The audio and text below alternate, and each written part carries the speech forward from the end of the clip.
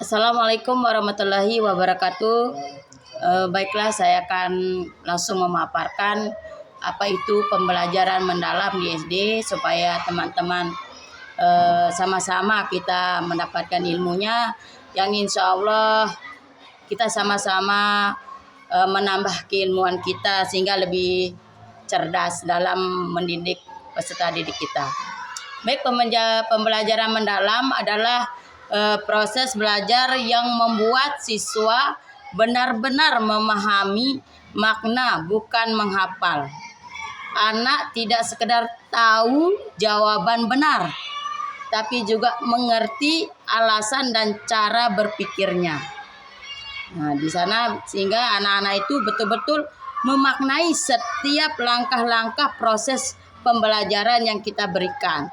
Nah, di sana mereka akan menemukan cara berpikirnya bagaimana memecahkan masalah-masalah dalam proses pembelajaran tersebut.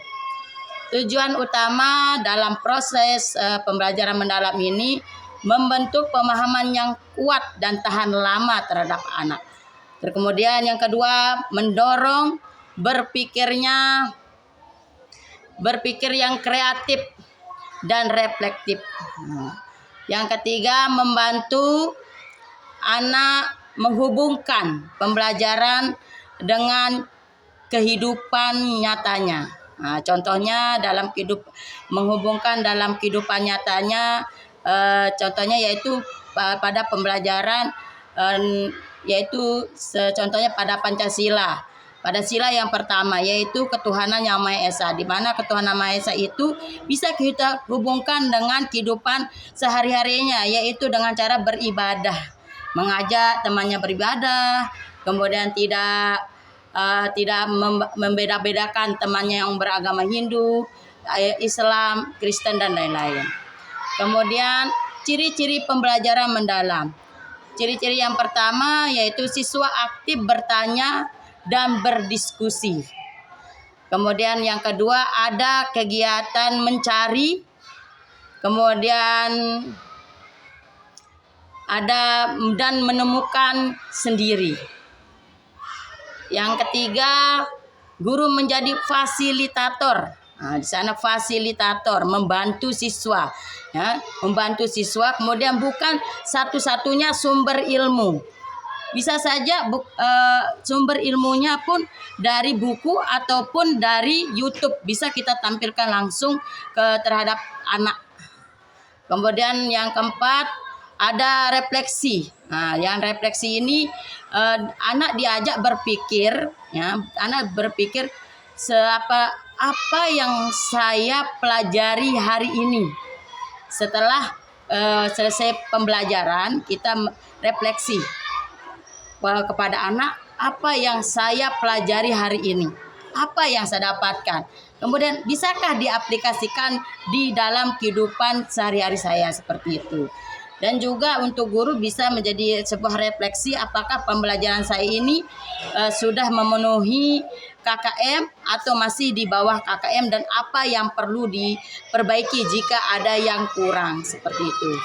Kemudian yang kelima ada pembelajaran lintas mata pelajaran. Nah, di mana dia terpadu dan bermakna, seperti itu. Kemudian ada pun contoh praktiknya di SD, ya. Temanya misalkan lingkungan bersih. Di dalam pembelajaran bahasa Indonesia, ya, lingkungan bersih, yaitu kita di sini membaca teks tentang menjaga kebersihan. Di sana membaca teks, ya, tentang menjaga kebersihan, sehingga di sana muncullah namanya literasi. Kemudian ada matematika. Di dalam matematika tentang tema lingkungan bersih, di sana nanti menghitung jumlah tempat sampah di sekolah. Nah, menghitung jumlah tempat sampah sekolah, ataupun bisa juga menghitung jumlah sampah yang dipungut oleh siswa. Kemudian di pembelajaran IPA-nya mengamati proses penguraian sampah. Penguraian sampah seperti sampah anorganik ataupun organik, seperti itu. Kemudian untuk pembelajaran SBDP-nya contohnya dalam lingkungan bersih, yaitu membuat poster ajakan menjaga kebersihan. Nah, seperti anak-anak membuat poster ajakan menjaga kebersihan. Mungkin kalau di kelas rendah mewarnai gambar poster menjaga kebersihan seperti itu.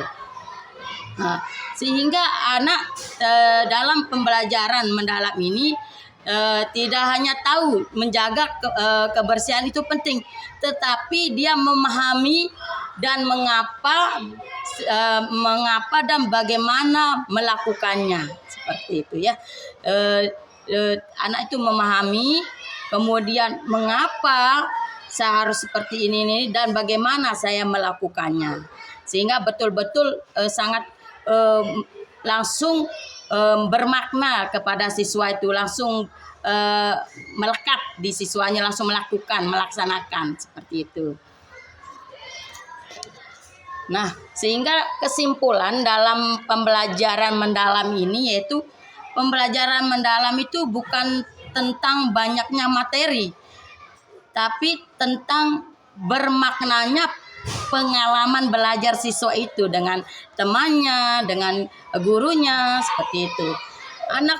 Anak belajar untuk memahami, ya, memahami apa proses belajar hari ini, bukan menghafal. Menghafal cepat hilang, 1-2 jam hilang, tapi memahami dia akan melekat sampai kapanpun gitu, masih dia akan ingat seperti itu.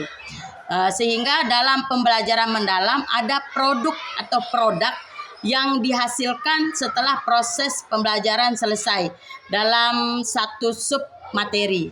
Contohnya dalam bahasa Indonesia, produk-produknya yaitu dia misalnya wawancara, sehingga anak itu menulis itulah produk-produknya. Kemudian kalau di dalam SBDP, misalnya membuat